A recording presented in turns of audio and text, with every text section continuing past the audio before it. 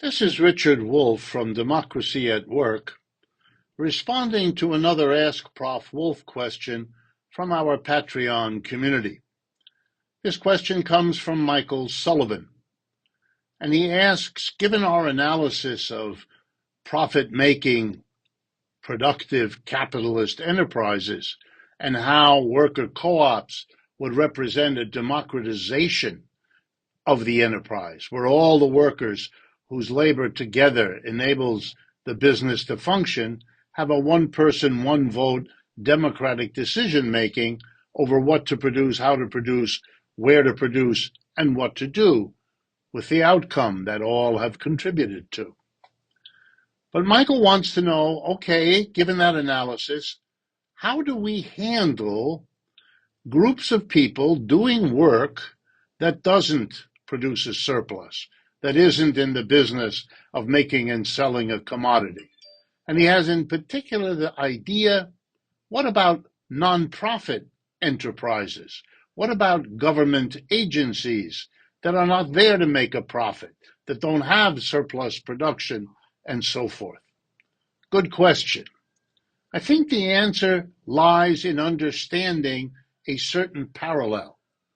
In the capitalist world, where capitalists organize the hierarchical structure of capitalist enterprises, an owner, a board of directors, a tiny minority telling everybody else what to do, that became the model for everything else. I've worked all my life in a university. Universities were once places where the teachers got together and made collective democratic decisions. It isn't that anymore. It is now a business. It's run like a business. It has a tiny group of people at the top, usually called administrators, who have systematically gathered the power into their hands, and to say it simply, replicated the model in the commodity-producing capitalist private enterprise sector everywhere else. Nonprofits are organized that way. Government agencies tend to be organized that way. But it's not necessary. And in a worker co-op economy, we might and we would hope to see a parallel, how shall I put it, extension of the cooperative principle to enterprises that are not making profits, not making commodities in the sense we normally understand that. Government agencies, nonprofits. And here's what it would mean. It's that co-op principle, the principle that it's better to democratically give everyone an equal say to run something than to do it autocratically, which is the alternative, having a few people with dictatorial power. You know, the argument for democracy was that it was better than autocracy in the form of monarchy, kingdoms. Well, worker co-ops are the model in the realm of production for what might be the cooperative spirit to infuse, to inspire government agencies, nonprofits to organize themselves in the same cooperative way. I think that's a workable objective. I actually think we see intimations of that in the way that people produce, even in the United States today, cooperative food stores, cooperative farm programs, cooperatives all over the place. I'm fond of hearing it said by advocates of co-ops, not just worker co-ops, but all kinds of co-ops, that a huge part of the American people are already involved, one way or another, in the cooperative idea.